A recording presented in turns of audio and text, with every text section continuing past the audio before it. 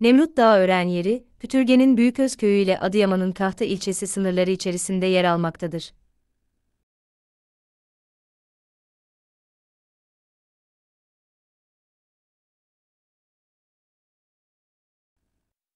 Kommagene Kralı 1. Antiyokos'un tanrılara ve atalarına minnettarlığını göstermek için, 2150 metre yüksekliğindeki Nemrut Dağı'nın yamaçlarına yaptırdığı mezar ve anıtsal heykeller, Helenistik dönemin en görkemli kalıntılarından birisidir.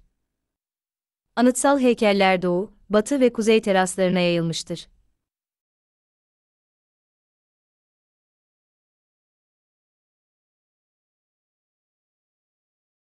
İyi korunmuş durumdaki dev heykeller kireç taşı bloklarından yapılmış olup, 8-10 metre yüksekliktedir.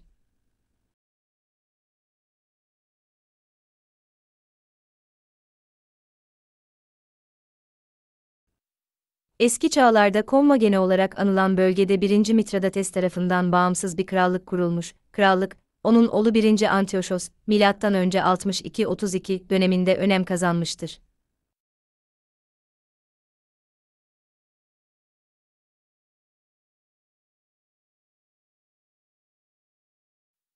Milattan sonra 72 yılında Roma'ya karşı yapılan savaşın kaybedilmesinin ardından krallığın bağımsızlığı sona ermiştir.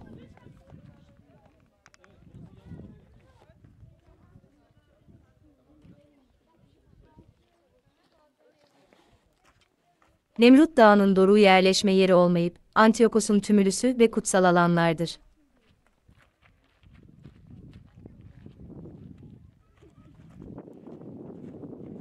Tümülüs, Fırat Nehri geçitlerine ve ovalarına hakim bir noktadadır.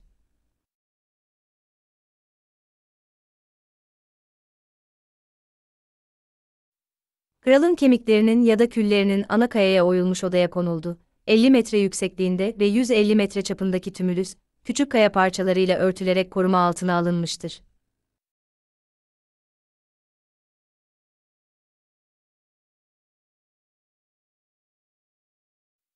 Her ne kadar yazıtlarda kralın mezarının burada olduğu belirtiliyorsa da bugüne kadar keşfedilememiştir.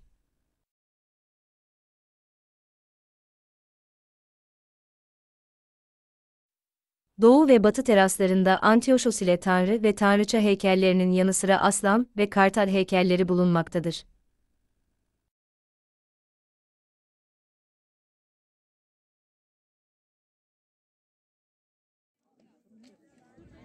Batı terasında eşsiz bir aslanlı horoskop yer almaktadır. Heykeller Helenistik, Pers sanatı ve Kommagene ülkesi özgün sanatı harmanlanarak yontulmuştur.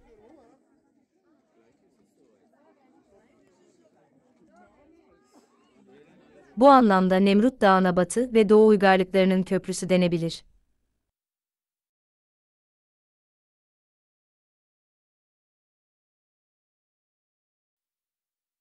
Kommagene Krallığı'nın tarih sahnesinden silinmesiyle Nemrut Dağı'ndaki eserler yaklaşık 2000 yıl boyunca yalnızlığa terk edilmiştir.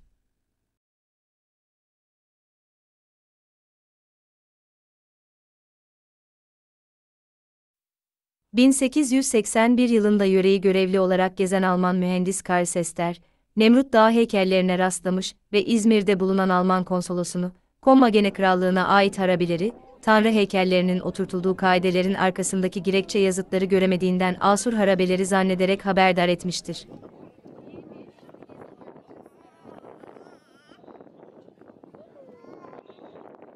Karl Sester, dev heykelleri keşfetmenin heyecanıyla bu hataya düşmüştür.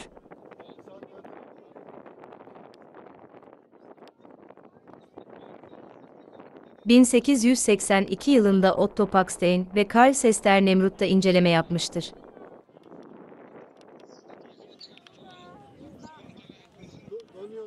Müze-i Hümayun, İmparatorluk Müzesi, Müdürü Osman Hamdi Bey 1883 yılında bir ekiple gelip Nemrut'ta çalışmıştır.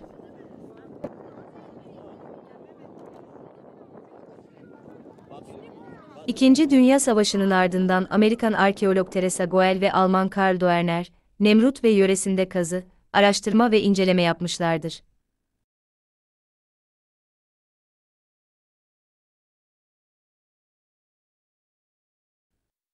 Nemrut Dağı Ören Yeri 1987 yılında UNESCO Dünya Miras Listesi'ne alınmıştır.